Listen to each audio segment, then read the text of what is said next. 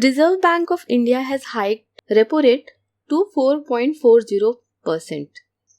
That too first time in 4 years, means the last increment was in August 2018. Since then it was 4%. Now it has been hiked to 4.40%. The cash reserve ratio has also been hiked. Now it is 4.50%. When it says that 40 basis points means 0.40 increment.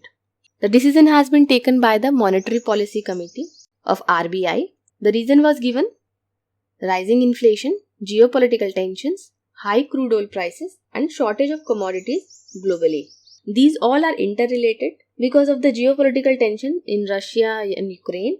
The crude oil prices have risen and there is shortage of commodities globally such as wheat. The wheat was being exported to all over the world from Ukraine. Now there is shortage of wheat and it has a spillover effect in India also. Although there is adequate supply in India of wheat, still it is impacting the prices. These all have effect on inflation, and this much inflation is not good for economic growth of the country. That is why RBI has taken this decision to hike the repo rate. Now what is repo rate? Repo means repurchase obligation or repurchase agreement.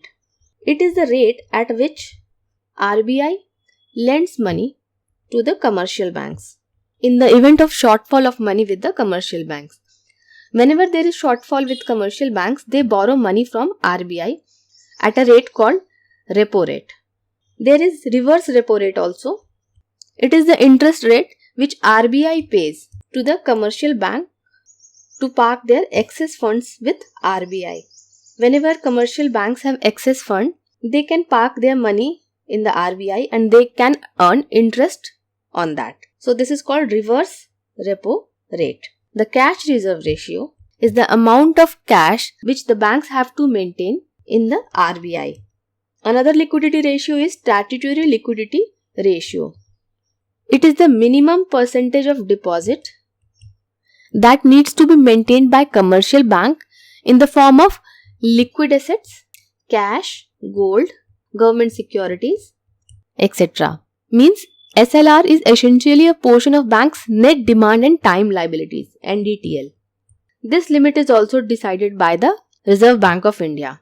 Increasing the cash reserve ratio means banks have to keep more money with RBI. It means banks will have less money. By increasing the repo rate also, RBI is trying to discourage the commercial banks to borrow from the RBI. With both these methods, what will happen? That commercial banks will have less money with them. It means either they will lend less or they will increase their lending rates. Ultimately, what will happen? Consumers will have less money. So through these policy rates, lending rates, RBI tries to control the inflation, tries to decrease the money in the economy. By increasing repo rate, increasing the cash reserve ratio, these all are tools with the RBI to control the inflation. There is other rate also called Marginal Standing Facility Rate, MSF. It allows commercial banks to avail funds overnight. And the interest rate which is charged by RBI on such borrowings is called the Marginal Standing Facility Rate. When interbank liquidity completely dries up, banks also borrow from each other. When that option is also not available, then they can borrow from RBI overnight at the rate called MSF. And this is the last option because it is 100 basis points or 1% higher than the repo rate. So if repo rate is 4.40% now, MSF is 5.40. And these loans fall under RBI's adjustment facility or liquid adjustment facility. The maximum amount that can be availed under MSF is a percentage of the bank's NDTL. And banks can use their SLR, means all these, to take loans under MSF. This is a short-term loan used to maintain the liquidity of banks. Now let us solve a question which was asked in 2020. If the RBI decides to adopt an expansionist monetary policy, which of the following would it not do? Always focus on these words, not. An expansionist policy means RBI wants more money with the people. So what will it not do? cut and optimize the statutory liquidity ratio. We just learned the statutory liquidity ratio is the amount that banks need to maintain with themselves in terms of cash, gold, government treasury, etc. So cutting statutory liquidity ratio means banks will have more liquidity and they will be able to lend more. So people will have more money. So this is not the option. When banks try to control inflation, then they increase SLR. But cutting and optimizing means going with the expansionist monetary policy.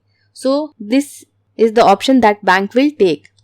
Increase the marginal standing facility rate. We learned that marginal standing facility rate is the overnight rate which the banks have to pay to the RBI to borrow from the RBI when there is liquidity crunch and interbank liquidity dries up. So increasing marginal standing facility rate means banks will have to pay more to borrow from RBI. So this it will not do. Cut the bank rate and repo rate. Cutting bank rate and repo rate means it will be less expensive for the banks to borrow from RBI. What is bank rate? We learned that repo rate is the rate at which banks borrow from the RBI. But for this, the banks need to give some security. Bank rate is the rate at which commercial banks can borrow from RBI without providing any security. Simply put, bank rate is charged against loans offered by the central banks to commercial bank, whereas repo rate is charged for repurchasing the securities. Repo means repurchasing. So banks give their securities to the RBI and RBI charges money to repurchase these securities from the commercial bank. This is the main difference between bank rate and repo rate. For bank rate, no security is required. For repo rate, security is required. Cutting the bank rate and repo rate means banks will have more incentives to borrow from RBI. So this policy will be in the line of expansionist monetary policy. So what it will not do is increasing the marginal standing facility rate. So answer will be 2 only. These types of questions are always repeated in economy. These are important terms asked multiple times in UPSC Prelims. If you want to solve previous year questions, as you can see, solving previous year questions can clear your concept as well as gives you an idea on what is important in a subject. A compilation of 1979 to 2021 questions have been made. You can buy from the link in the description. It is available in just Rs 399. So, see you in the next video. Till then, have a nice day.